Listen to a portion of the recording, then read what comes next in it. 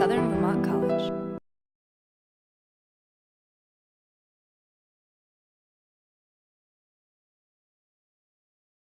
I'd like to thank everyone who attended tonight's event.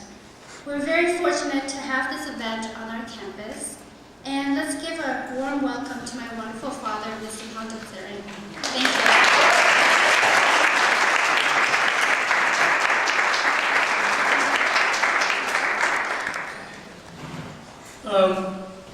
Please continue to enjoy some dumplings and pizza as we get started. I'm very, very glad to be here. But before I begin my presentation, I want to put out a disclaimer that I'm standing here and speaking to you not as an employee of UMass, nor am I representing any organization. I'm speaking to you today as a Tibetan refugee. It's very fortunate to be able to share this experience. So with that said, the title of this presentation,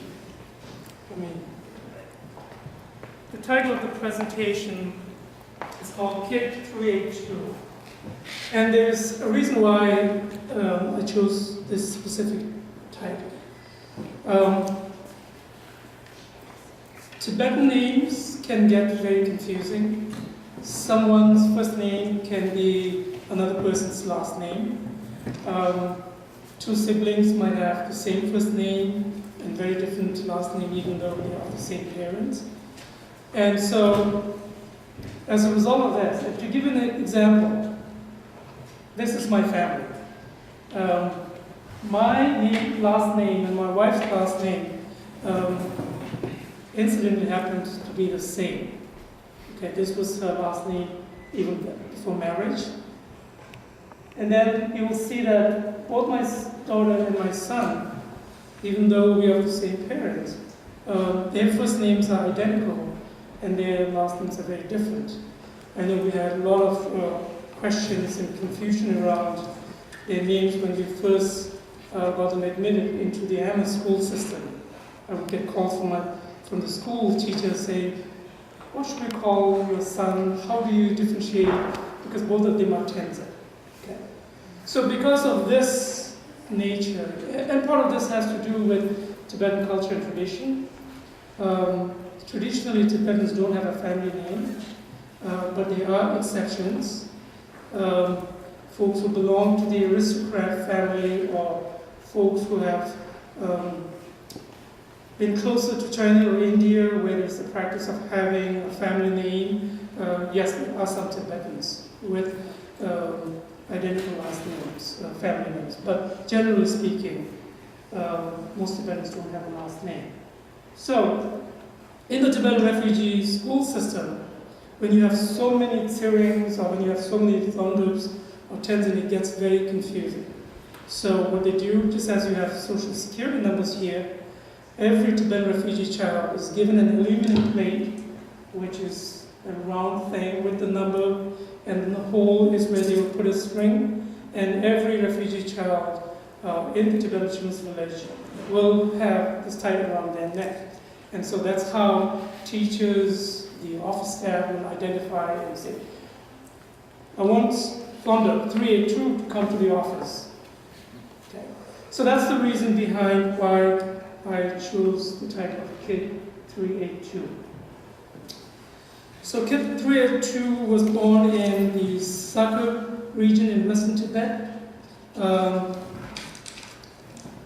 Now, contrary to popular belief or understanding, Tibet is not a little small country tucked high up in the Himalayan mountains, or this notion of a Shangri-La that is unreachable.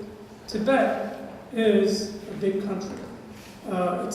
No doubt it's a landlocked country, but the size of Tibet is 2.5 million square kilometers, which roughly translates into 1/4 of current or present People's Republic of China. It is almost the size of the whole of Western Europe. In terms of this country, if you put all the Rocky Mountain states together, That's how big Tibet is. Okay.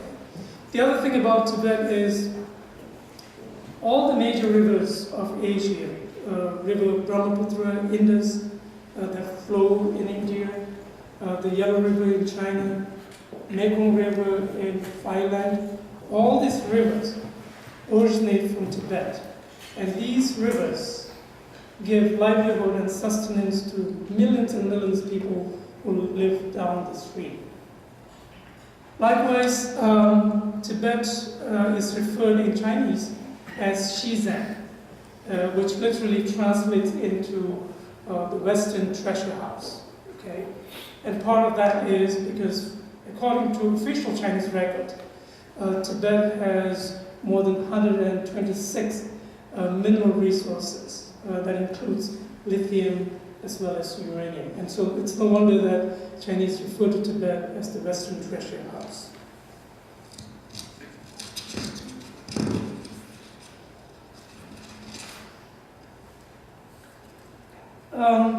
Kid 382 belonged to a nomadic family. And what that means in Tibet is this is a family with, along with hundreds of other nomads, where you live in a yak-hide tent. The black structure here is a tent that is weatherproof, made out of yak hide. And so this is their living room, their bedroom, their kitchen, everything in one. And they live with their animals, typically goats, sheep, horses, and yak. Okay. The male is yak, the female is called deer. Okay. Yes, Tibet during that time did not have cars or buses or computers, no TVs, no cell phones, but life was peaceful at an easy pace. Everyone was happy. There was one of the things that I've experienced coming to this country is the stress level. The watch, the clock sort of really pushes me. I almost sometimes feel like I can't make my own decision. This clock is dictating what I do and where I do and where I go. So life in Tibet, I would say, was very peaceful, quiet. I think people are more in tune with nature.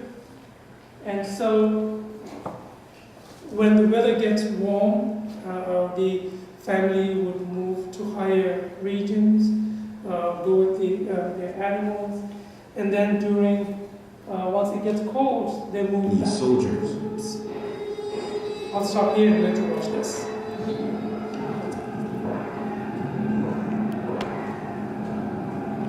The rioting lasted 3 days. It was put down violently and rapidly.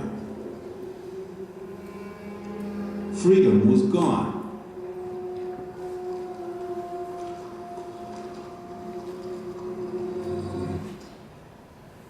So this peaceful life in Tibet was interrupted in 1949, and this is just a glimpse of what you saw.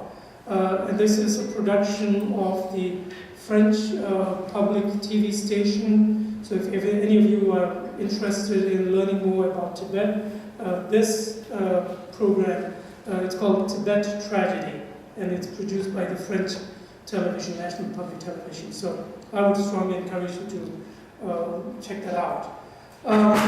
But as a result of the Chinese invasion, over 1.2 million Tibetans lost their life. And over 6,000 monasteries were destroyed. And of course, as you saw in this picture, the Dalai Lama and thousands of Tibetans had to escape Tibet and seek refuge in India. Now, one of the main things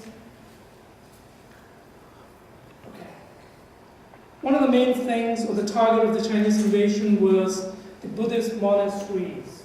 And this is a picture of one of the 3 monastic universities of Tibet called the Ganden Monastery. This is the seat of the Gelugpa tradition of Tibetan Buddhism. In Tibet, we did not have secular schools, nor colleges. So the pride of the family, or the tradition, was that every family made sure that they had at least one or more of their children attend a monastery or nunnery. And typically families would brag about this and say, I have 3 of my sons in the monasteries. Okay. Now, this is before the Chinese invasion. And here is what it looks like, okay, after the Chinese invasion. And part of the question is, why were the monasteries specifically targeted?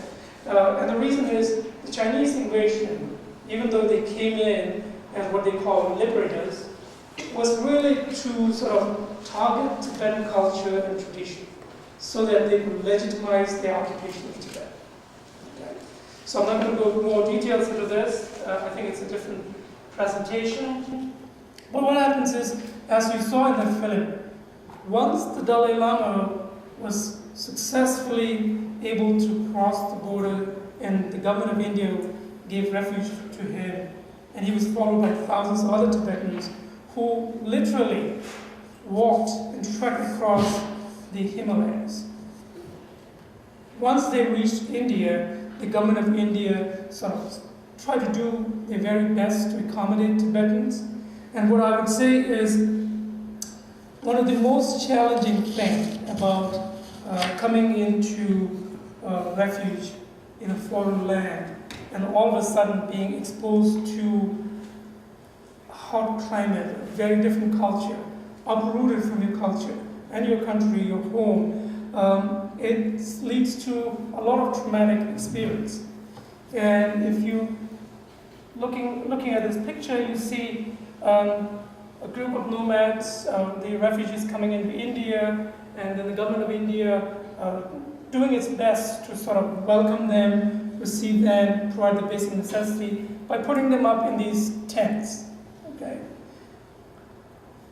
But as more and more refugees kept pouring in, they had to do something about resettling or rehabilitating the Tibetan refugees in India.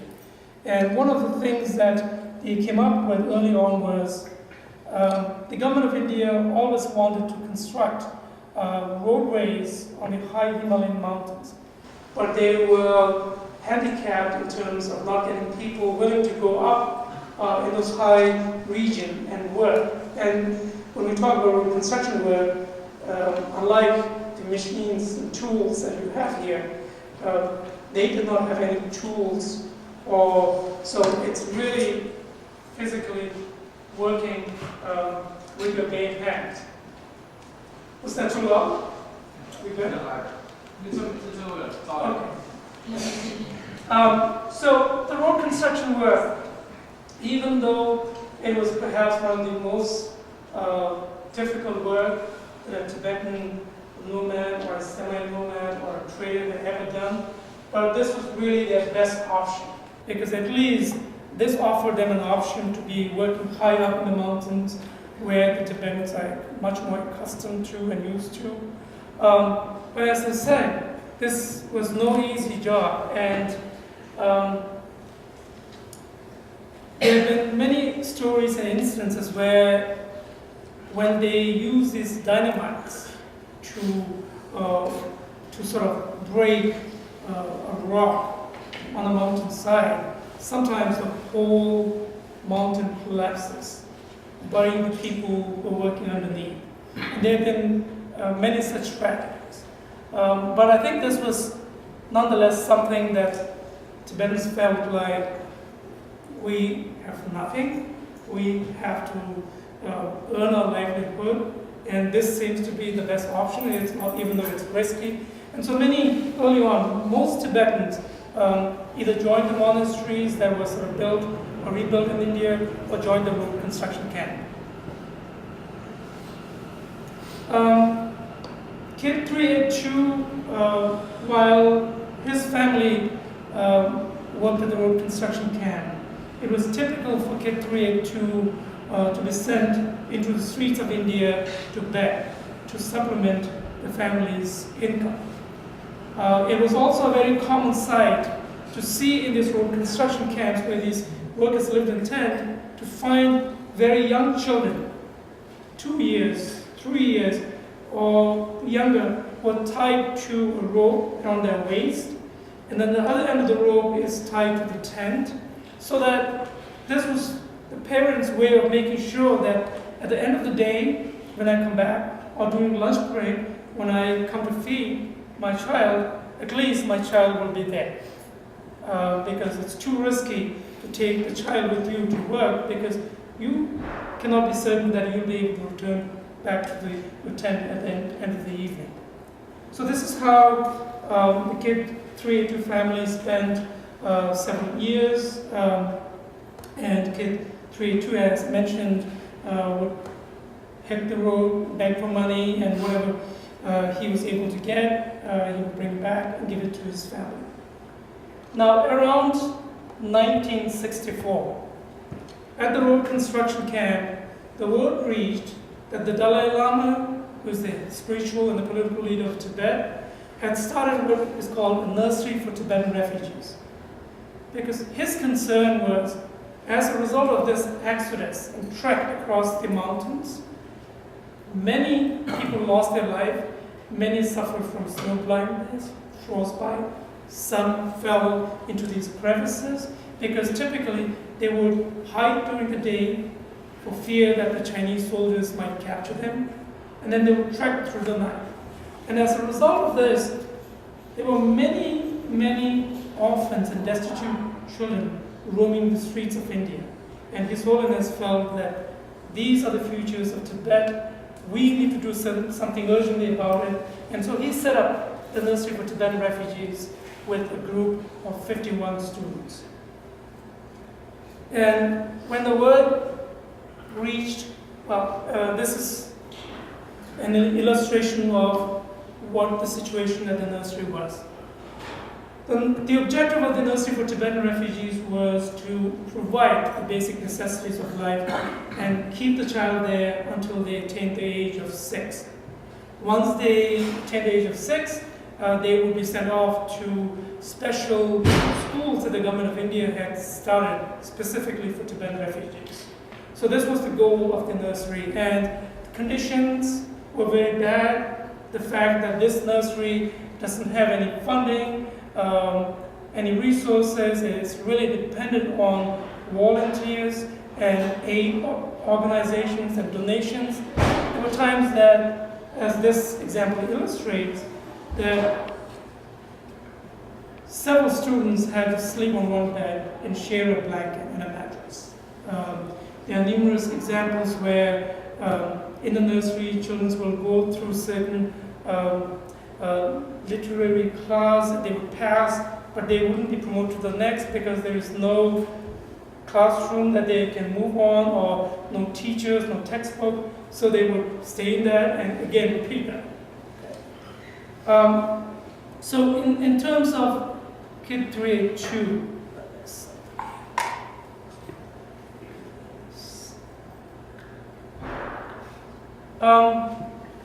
in terms of Kid 382,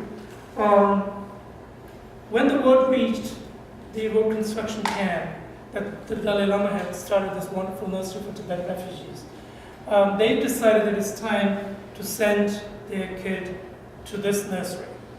And their parting word on the day when they sent this kid, when the parents separated from their child, the parting word was, "We are sending you in the service of the Dalai Lama and Tibetan cause." So it was not like, "Son, dress up, take your backpack, make sure you have books and pencils, you are going to be starting school today." Okay? This was, "Hey, we're going to send you to this organization, but this is going to be your mission, this is going to be your objective." Okay? Because really, I think, primary concern of the refugee community and the Tibetan government in exile, including the Dalai Lama, was something needed to be done to preserve the Tibetan culture and identity. And the parents felt like, if this is the sacrifice that they need to make to accomplish this cause, they were willing to do it and ready to do it. So Kid 382 was sent off to the nursery for Tibetan refugees. These are some pictures of Kid 382. On the top, Kid 382 is with his uncle, who was a monk at that time. And down below is a picture of Kid 382. It's the far left on the screen here, along with 3 other Tibetan refugee child attending the nursery. And the clothing that you look at, they did not have uniform. There was no way that they could afford to do it. And these are clothing that were received as donations, and even though they are the right color or the right size, be grateful you have something to wear. And so they put on. I'm going to fast forward, okay? And I think that gives you a sense of a little bit about the history of Tibet and a little bit about the work of the Tibetan Children's Village. Let me go one slide back here, and let me talk about this piece here.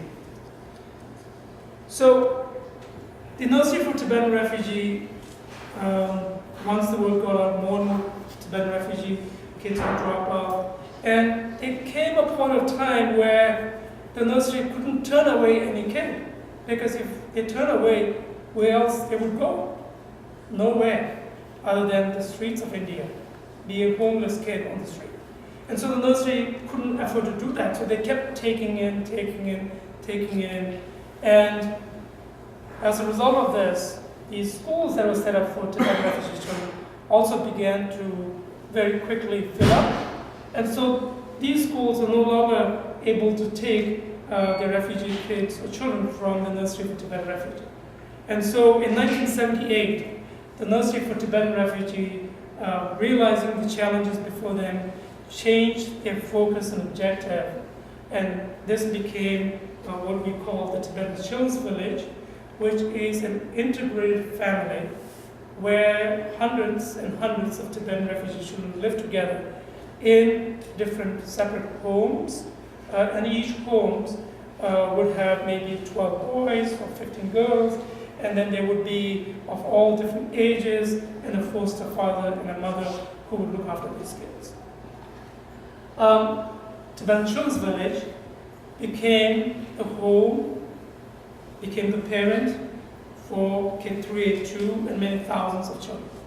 And so many years would pass when Kid 382 would never hear or see his parents, because the parents are working in these rural construction camps, and they keep moving from place to place, and they do not have the resources to buy a bus ticket and be able to leave work and come and visit him. So many years would pass where Kid 382 would never see his parents, but nonetheless, he was very fortunate to be part of the Tibetan Children's Village community, where he found new home, and new friends, new brothers and sisters.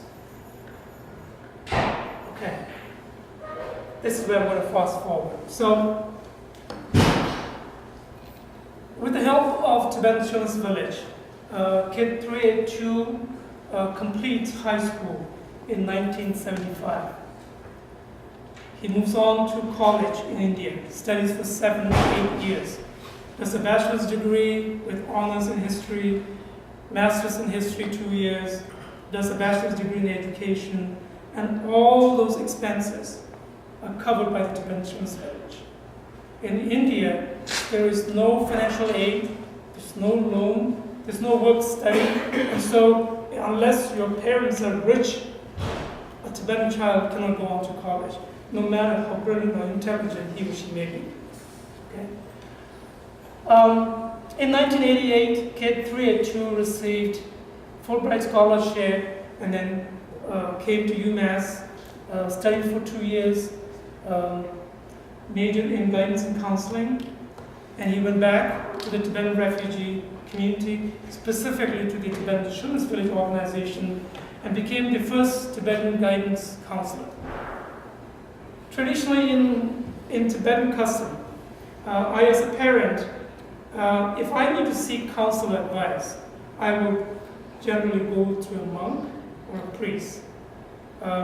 So if my daughter is of age to go to college, and myself being, as a parent, being illiterate, or not knowing anything about the college system or the education system in India, I would go to a monk and say, "Honorable monk, my son and daughter is of age to go to college.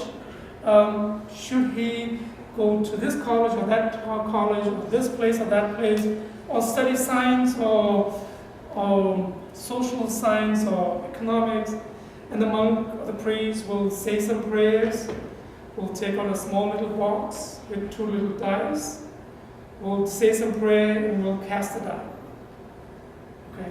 And then looking at the number on the dice, he will look at the script and say, "I think if your daughter goes to college in India, she has the best probability of being successful."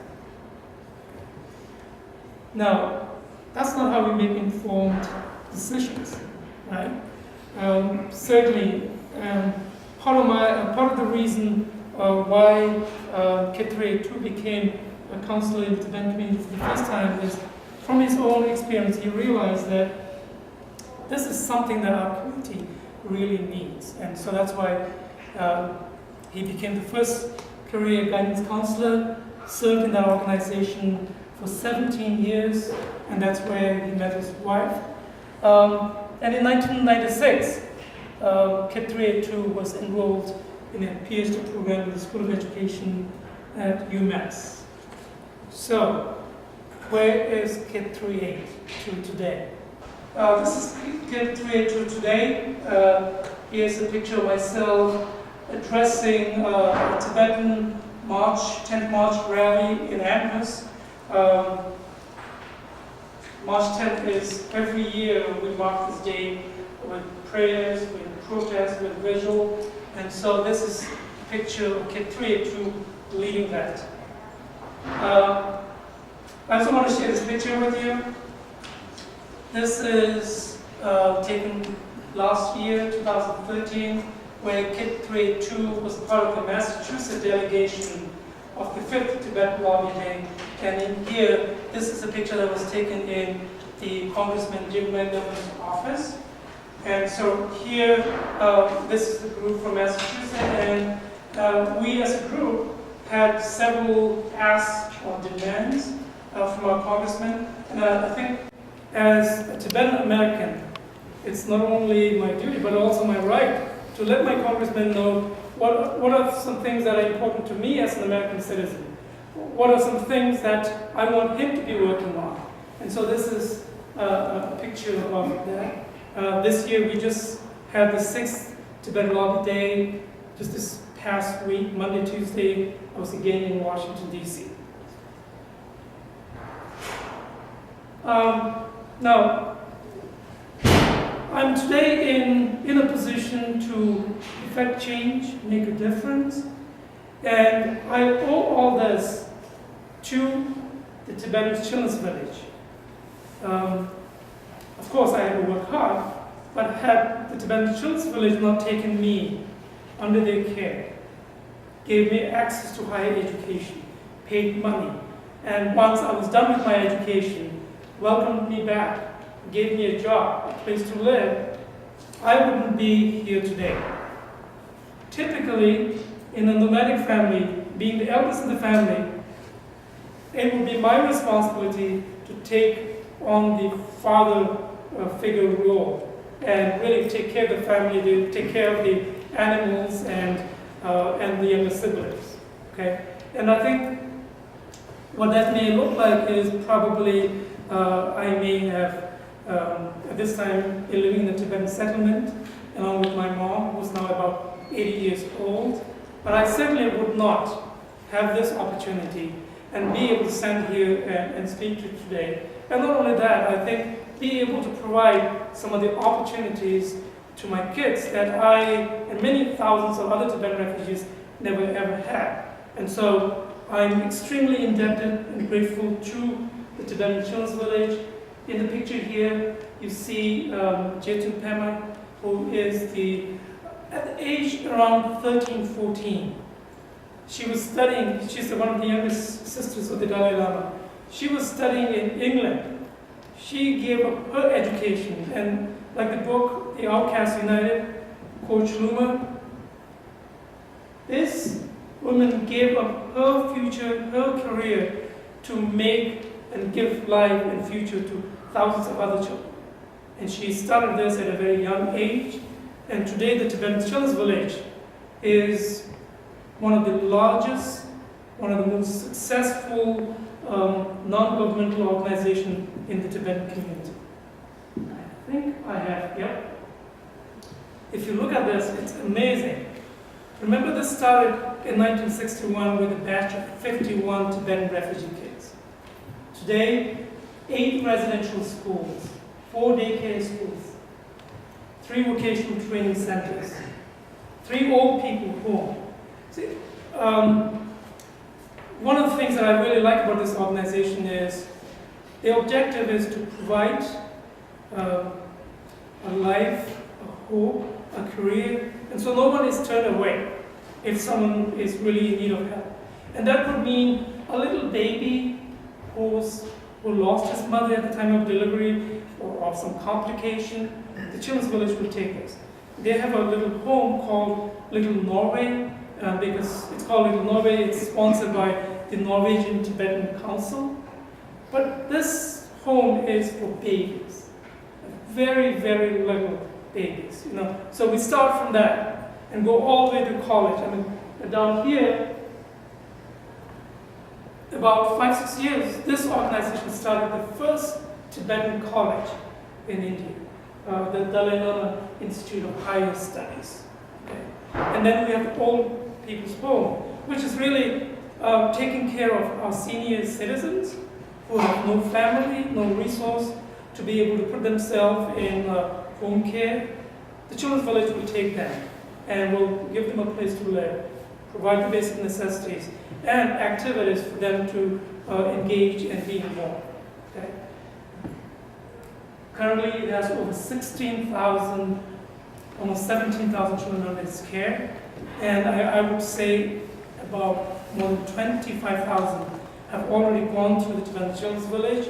And today, if you look at the Tibetan government in exile, all the Tibetan refugee communities, you will notice that many of those people in leadership positions have gone through this organization. And I think it is truly an amazing story. It's something that I deeply care about, I'm really indebted to. And so here's some ways you can assist if you choose to. You can sponsor a child at the rate of $40 a month, which is little more than what it would cost a 30-pack Budweiser. Right? If you break it down, maybe a Starbucks coffee that you might have to sacrifice a day. But imagine the impact it can have, the difference it can make, the life and hope it gives to a Tibetan refugee child. In Amis High School, we have a Student for Free Tibet chapter. And this student high school group sponsors a child at the Tibetan Children's Village. And how do they do?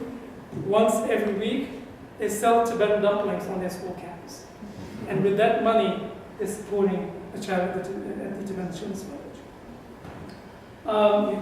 You can send specific donations for a specific project, or if you look at the TCV web page, and I'll give you that. There's so many different opportunities to do that. You can send warm clothing. I know I work on a college campus, and I know in May we're going to close the building, and I know there are going to be tons of clothing that are in absolutely good condition that are going to be trashed. Okay? I think here you have an opportunity to do something about this and make it much more meaningful and productive. You can tell a friend about TCV or about Tibet. Or if you are motivated or if you're inclined, you can engage yourself in creating or promoting awareness on Tibet and the Tibetan issue by starting a Student for Free Tibet chapter in your school or in your neighborhood. I advise the UMass Student for Free Tibet chapter group.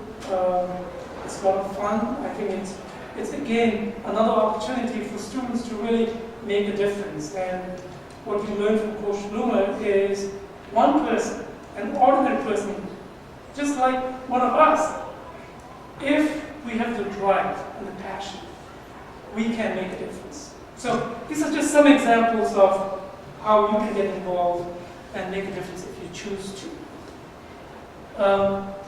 This is the web address and the email of the Tibetan Children's Village. Again, if you go onto this web page, you will find a lot more information. There is the bank account number or ways that you can sponsor.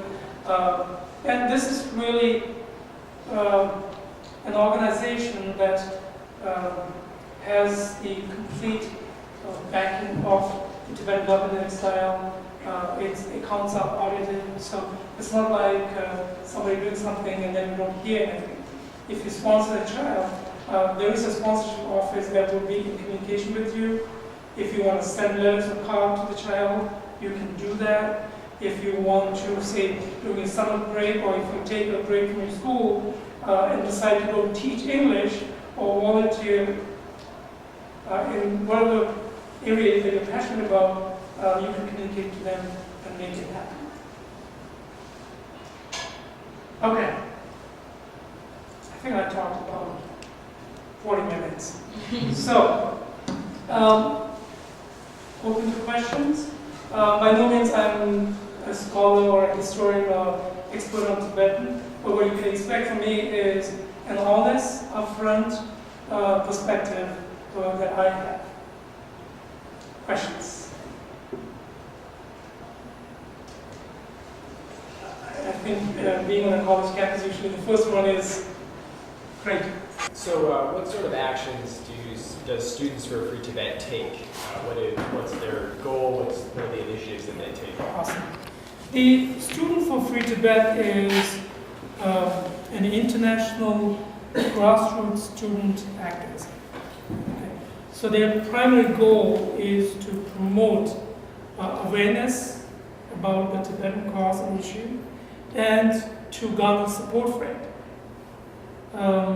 And they do this by grassroots campaign, letter writing campaign, signature campaign, fundraising, movie screening, having a presentation on Tibet, showing a specific movie, following up with a discussion. So a number of things and ways that you can sort of promote the Tibetan cause. I think youth have an important role and tremendous power. What happened in South Africa, the fall of apartheid, I think much of that credit goes to the youth, right? And so I think as youth, as young people, you have tremendous power to sort of, let me share you a story about Vermont, okay? Middlebury College, many years ago, we had a Tibetan student. His name was Nong. He was studying ethnomusicology. And as part of his research, he went to Tibet to record traditional Tibetan music and song and dances. The Chinese grabbed him, accused him of spying for US because he was here on a Fulbright scholarship. Okay? And that's absolutely not true. But what happened after that is the Amnesty International, human rights, the Vermont congressman, I forget his first name, but his last name is Leahy, Yeah. right? All these people began to talk about this and raise awareness on college campuses and on Capitol Hill. And with pressure from the International Aid Organization, he was released from prison directly in care of the International Campaign for Tibet. So he was flown from Tibet to China, straight to Washington, D.C. Had Students for Free Tibet, Amnesty International Group, and thousands of other people who did this campaign, had they not done it, he probably by now would have died. may have disappeared. No one would have seen. His mom did a tour in this country, and we were able to, at that time I was in Air Force, we were able to host them and organize different presentations. But that's the sort of things that Students for Free Tibet does. And one thing that I really want to emphasize is, sometimes, we question ourselves, we begin to doubt. By me sending this $10 or signature camp, by me signing this, will it really make a difference to someone who's languishing in a prison thousands of miles across the ocean? The answer is yes. Never doubt that. If you consistently do your work, you will. Yes, there are times you're going to not be successful, but there are also going to be times that you're going to be successful. And there are many stories that I can share with you about this, but that's a message that I want to make sure, and that's something that SFT really works hard for. Okay. Did you hear this? Yeah, what's the current situation with China's occupation of Tibet? Awesome. The current situation. The current situation is no better. It has never improved since the Chinese invasion of Tibet. And I can say that with certainty because of the fact that we had, between 2009 to just this past month, we have had 130 cases of Tibetans pouring gasoline on their body and lighting it on fire in protest, calling for freedom in Tibet, return of the Dalai Lama, and the unity of Tibetan people. And so you can very well see that the situation in Tibet is really dire. I think many of these people who take this action do so with the hope that if I sacrifice myself and do this, hopefully the people of the world will notice, will wake up and take some action, and hopefully my country and my people will be free. That's the hope, that's the call that they made. Okay? So, and I can keep on giving an example. I mean, if you look at a picture of Lhasa City today, even on the Chinese television, all the billboards are in Chinese language.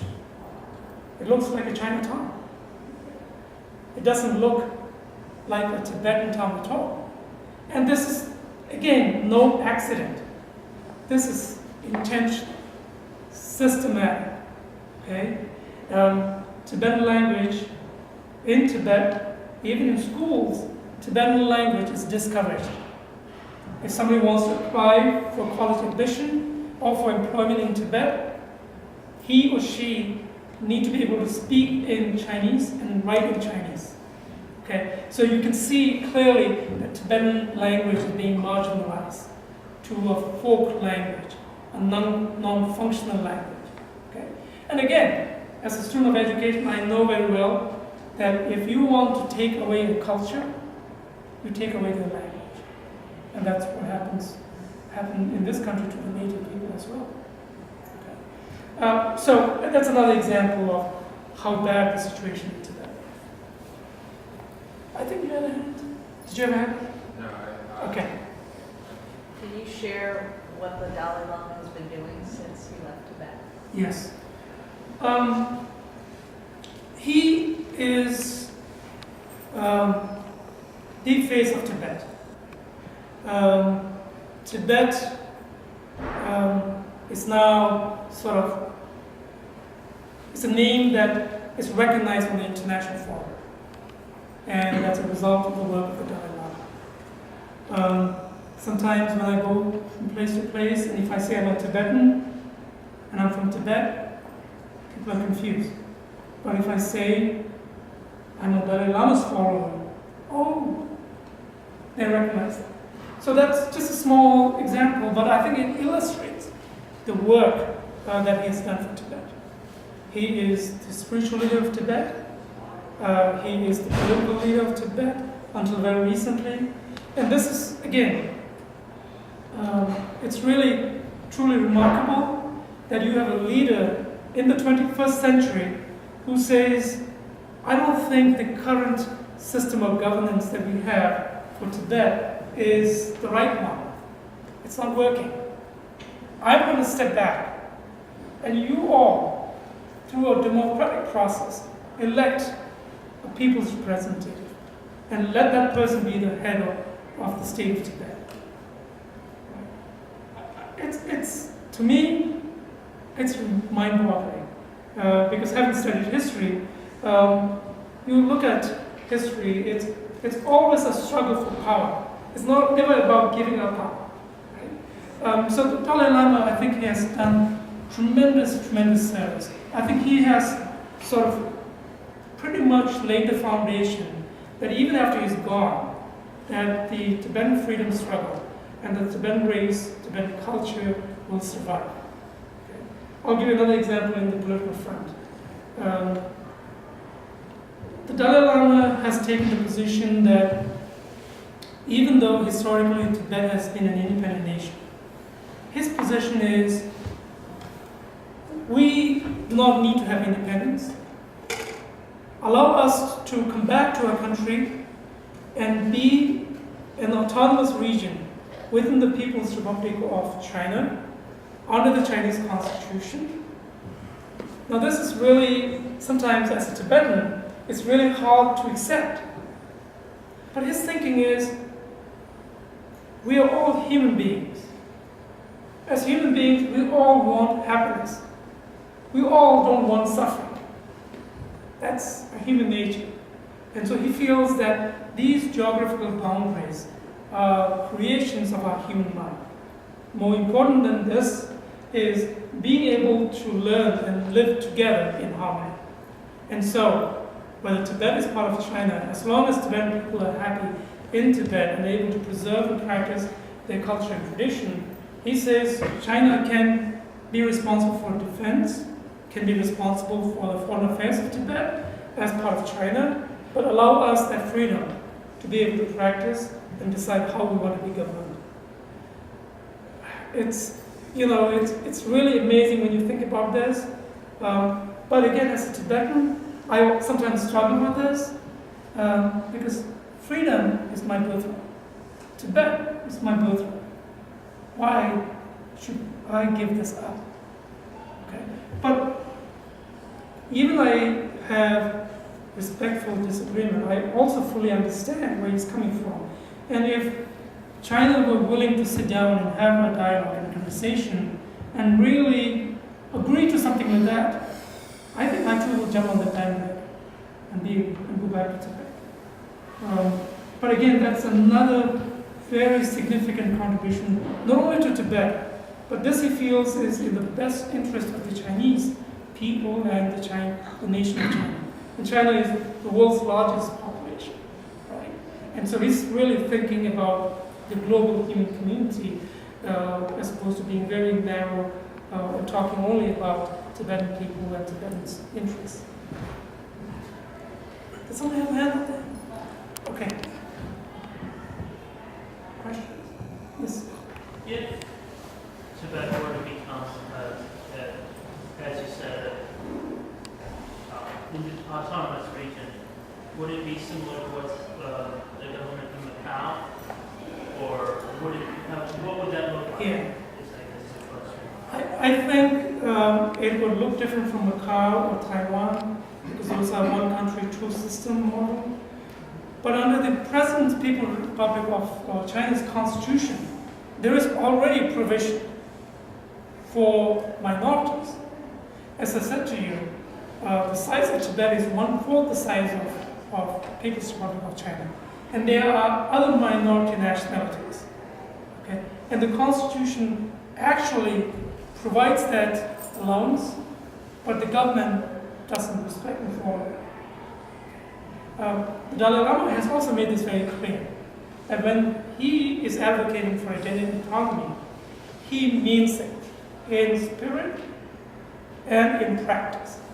Because there's some who, advocates of independence for Tibet will say, okay, that allows me to get my 1 foot inside Tibet, and then from there I'm going to fight for independence of Tibet. The Dalai Lama has said, no, that's wrong. when I say genuine autonomy, we mean genuine autonomy.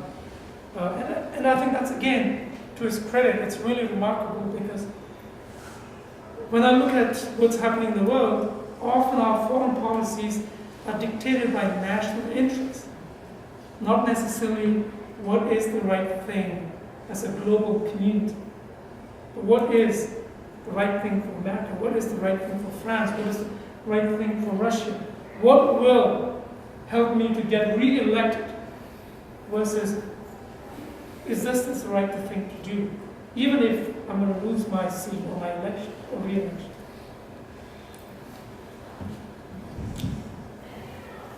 Questions, comments, thoughts? One of the things that I'm going to ask folks to do is I'm going to pass this index card around. Would appreciate any thoughts, comments, questions, or if you have something specific about Tibet that you're interested in knowing more, if you write your name and the topic and your email address, I'll make sure to get back to you with resources on that specific thing. Okay. I'm going to hand this out, but this doesn't mean this is the end of it. I think one thing unique about the Tibetan freedom movement, whether one is a believer of middle path or genuine autonomy or independence for Tibet, one thing that all of us are united is that the path must be non-violence. We must strictly follow a non-violent path, never ever resort to violence. And for me personally, this takes my thought back to 9/11, when I saw the news and saw people jumping from the tower. The question that I had to ask myself is that person's life more important, or is my freedom more important? And I struggled a lot with this, and I realized that that person's life is far more important.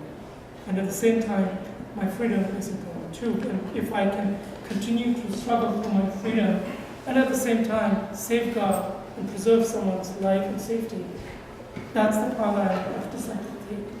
And I think this is really in keeping with the Buddhist tradition, Buddhist practice. And at the same time, I think it is the right thing to do. Okay. Anything else? Am I out of time? If you have no question, go ahead. Did you lose contact with your biological parents or siblings? Great question. I did not lose contact. I have been in touch with my parents.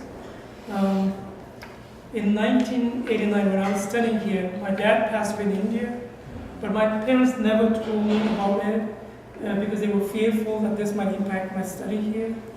And it was only after I finished my study here and go back that I realized that my dad is no longer. But I think one thing that has definitely impacted me is having grown and lived in the refugee community, away from my parents and siblings. I think I'm much more closer to the folks that I grew up with than my siblings. Okay. I talk to my sisters, I have a brother, but really some of those skills that we need to have as siblings to be able to negotiate and to be able to sort of maintain that connection, I find that challenging. And I think, I'm not sure if my daughter will agree with me or not, as a parent, that has been one of my handicaps. Because having grown without your parents in the refugee community with hundreds of other kids, my thinking and notion is that each one of us must work for ourselves, be able to stand on our feet, and never really the thought about, as a parent, I have a responsibility. Here are some ways, one thing that I was amazed when I came here is the soccer moms. No, we never had that, And so in that respect, because of my upbringing experience, I think it's impacted my relationship with my sibling, and to some extent, even my working with my own children to help them to be more successful. I think in a lot of ways I may have been successful, but certainly in some areas I think I failed. And I think that's an honest.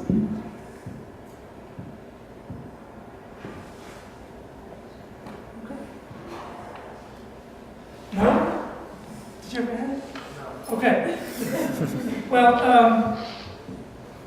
I want to thank you all for the opportunity to share my story, to share the story of Tibet, to share the story of Tibetan Children's Village. I thank the college for having me here and giving me this opportunity.